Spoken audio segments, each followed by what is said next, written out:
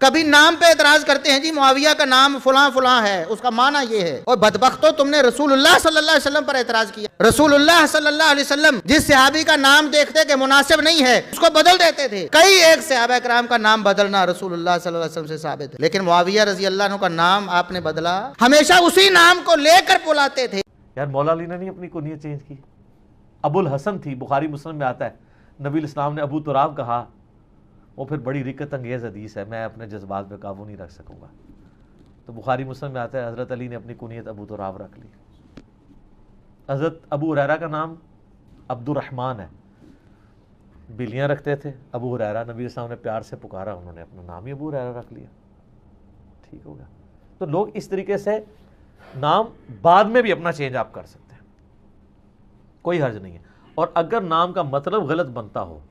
تو پھر تو آپ کا بدرجہ اولا رائٹ ہے کہ آپ اپنا نام چینج کریں۔ البتہ مسلم شریف میں ایک حدیث ہے کہ نبی علیہ السلام نے فرمایا کہ اللہ تعالیٰ کو دو نام بڑے پسند ہیں، عبداللہ اور عبد الرحمن، اور بخاری مسلم میں حدیث ہے کہ حضرت عبداللہ ابن زبیر جب پیدا ہوئے تو ان کا نام نبی علیہ السلام نے عبداللہ رکھا تھا، اور مسلم شریف میں ایک حدیث ہے کہ ایک صحابی کا بچہ پیدا ہوا، اس کا نام آپ نے ابراہیم رکھا۔